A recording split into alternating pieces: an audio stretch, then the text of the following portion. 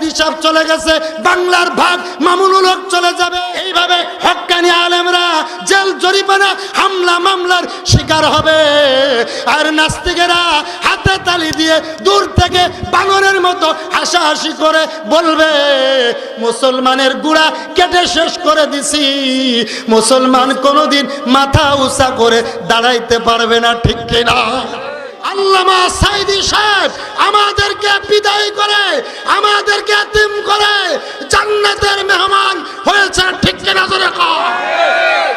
যারা আল্লামা সাইদিকে এই কারারুদ্ধ করে জেলের পরে জেল, মাসের পর মাস কারারুদ্ধ করে শহীদের তামান্না দিয়েছে, আমি আল্লাহর কসম করে বলতে পারি, আমি সকলের উপস্থিতিতে সচ্চার কণ্ঠে বলি, সেই নাস্তিকদের বাংলার জমিনে বিচার হবেই হবেই হবেই, ঠিক কিনা? জোরে কও।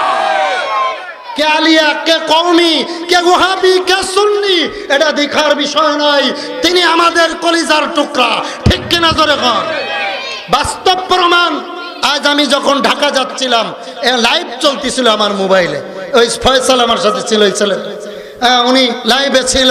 আমি প্রত্যেকের কাছে যে জিজ্ঞেস করছি, ভাই আল্লামা সাইদি সাহেব চলে গেছে গত রাত্রে, আপনার অনুভূতি কি? একটা ছেলে কলেজে পড়ে, উনি বলে হুজুর আল্লাহর কসম করে বলি আমি সাইদির দল করি না, আমি ছাত্রলীগ করি, কিন্তু আল্লামা সাইদি চলে যাওয়ার পরে আমি রাত্রে কেঁদেছি। আমি দল করতে পারি, কিন্তু সাইদি সাহেবকে কলিজার মতো ভালোবাসি, ঠিক কিনা? জোরে কও। আমরা দলাদলি করতে পারি, কিন্তু আল্লামা সাইদি ভিন্ন জিনিস, ঠিক কিনা? জোরে কও। সারসিনার পিসাব ভিন্ন জিনিস, চরমোনা আড়াইবাড়ি উজানি বানিয়াপাড়ার হুজুরেরা ভিন্ন জিনিস। আমাদের তরিকা আমাদের ভিন্ন থাকতে পারে, কেউ কিয়াম করে, কেউ করে না, কেউ ওয়াহাবি, কেউ আলিয়া, কেউ সুন্নি হতে পারে, কিন্তু ইমানের জন্য, কোরআনের জন্য, ইসলামের জন্য আমরা এক। যারা কোরআনে আঘাত করবে, আলেমদেরকে আঘাত করবে, তাদেরকে জুতা দিয়ে সাইদ করে বাংলাদেশ থেকে ভারতে পাঠাতে হবে। তাতে যদি জীবন দিতে হয়, কারা কারা রাজি হাত তুলে একবার দেখাতে হবে।